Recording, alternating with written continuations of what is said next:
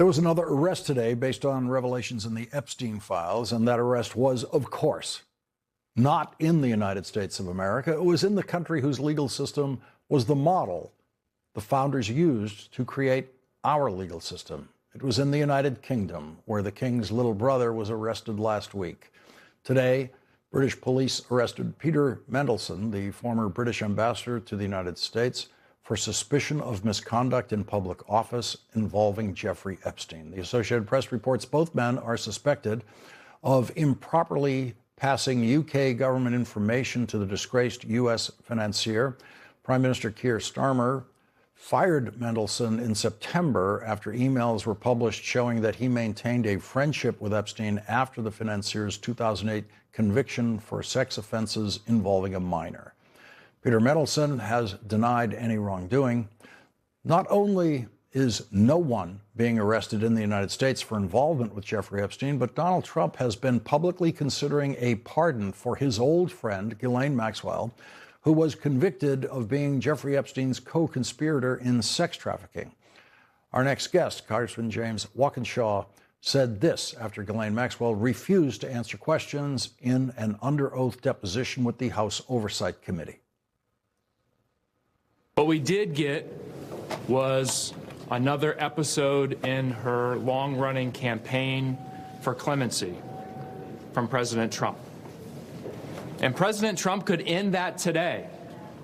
He could rule out clemency for Ghislaine Maxwell, the monster. He could rule out a pardon for Ghislaine Maxwell, the monster. The question for all of us today is, why hasn't he done that, and why won't he do that? Congressman Walkinshaw has invited Epstein survivor Jess Michaels to tomorrow night's State of the Union address as his guest. In a statement, Jess Michaels said, quote, "For far too long, truth has been buried, survivors have been silenced, and powerful people have been protected. And I can't help but wonder, does our government belong to the American people or to those who prey on them?" Joining us now is Epstein survivor Jess Michaels. She met Jeffrey Epstein when she was 22 years old. Also with us, Democratic Congressman James Walkinshaw from Virginia. He's a member of the Oversight and Homeland Security Committees. Jess Michaels, let me begin with you. What would you hope to hear in the State of the Union address tomorrow night? Well, we're still waiting for the full release of the files. So what I would love, firstly, is to even be acknowledged that survivors exist. What we haven't heard from this president is that we actually exist. We've been called a hoax. I would love to hear that there's a recognition that justice hasn't been served and that there are going to be immediate sweeping investigations and arrests.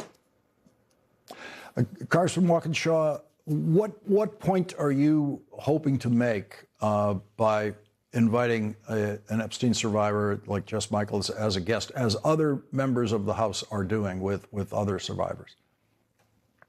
Well, Lawrence, I want President Trump and the American people really to see the incredible courage that Jess and her fellow survivors have demonstrated. I want them to see that courage in Jess's face and her fellow survivors' faces tomorrow night. And look, I've said, if my colleagues in Congress, Democrats and Republicans, could show just an ounce of the courage that Jess and others have shown, we could get the transparency and accountability that Jess and those survivors deserve. And I hope that message will come across loud and clear tomorrow by their presence.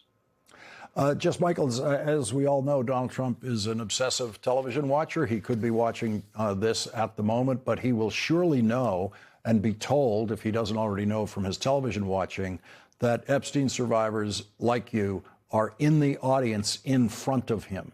He will know you're there. So if he says nothing to you or about you, then that will obviously be a decision he makes.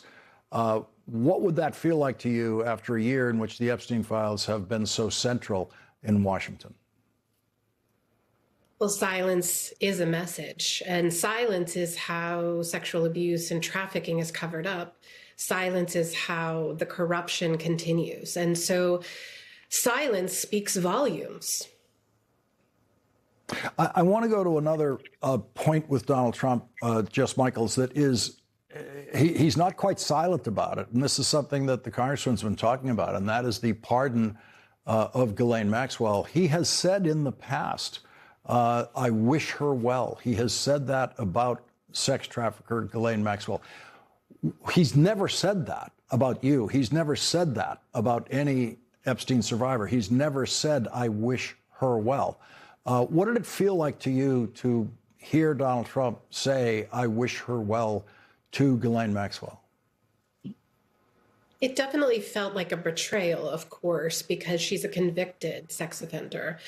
But what I call Ghislaine Maxwell in her transfer from the maximum security prison that she's been in into the minimum security prison that she's in right now is that that's the second sweetheart deal.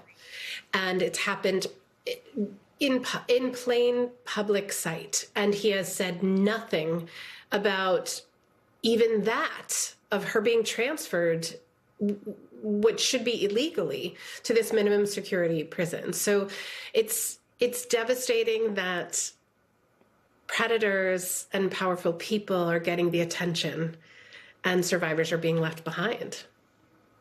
Jess Michaels, why did you decide to attend the State of the Union, to accept the Congressman's invitation to attend the State of the Union? Because I want to be there as a reminder that we still have not seen the files released. Period. We haven't seen, not only have we not seen the remaining files that still have to be released, but the ones that we've received are inordinately redacted, and important information in victim statements has been covered up, and it's ridiculous. It's ridiculous, and we're there to remind him that we're not going anywhere, and the American people are behind us in this. This is a bipartisan issue, and we won't be silent, and we won't disappear. And Congressman Walkinshaw, as you know, Donald Trump's lawyer department, or whatever we might call it, it doesn't seem to be operating as a Justice Department, is in violation of the law every day that it has not turned over the entirety of the Epstein files. That's right. They missed the deadline to release the files. They illegally redacted portions of the files, and I went to the DOJ and saw some of those illegal redactions. And as Jess noted, they continue to cover up millions and millions of files. We're not going to stop pushing. As you know, the Oversight Committee also has an active subpoena. The Department of Justice has to turn over those documents to the Oversight Committee. We're going to continue to fight to enforce that. And I know if there happens to be a change in control of the House of Representatives next year, we're going to fight even harder to enforce that subpoena. The truth here will come out. Question is how long it will take and how long survivors like Jess have to endure these indignities from the Trump administration, from the so-called Department of Justice. The truth will get out. We will not stop until it gets out. Jess Michaels, as you know, the State of the Union address is a majestic Washington process. I'll never forget the first one that I went to, but President George H.W. Bush, it goes back that far. And there's nothing quite like being in that room, but you'll be in that room for one of the most unusual circumstances that has ever brought anyone into that room. How important is it to you that you won't be alone, that there will be other survivors there with you? Oh, that makes all the difference in the world, that we're going there together, that we are not going to stop, and we're not going to stop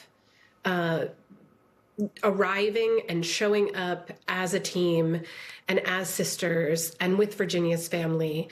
And we know that the American people are behind us. I mean, that's what I keep hearing all the time, is that we're representing them. Jess Michaels and Congressman James Walkinshaw, thank you both very much for joining us tonight. Thank you for having me. Thank you, Lawrence. And coming up, yesterday, Donald Trump's so-called special envoy, the incompetent real estate developer Steve Witkoff, publicly said Donald Trump is a liar. He didn't say those words, but that is what he proved. That's next with Congressman Adam Smith.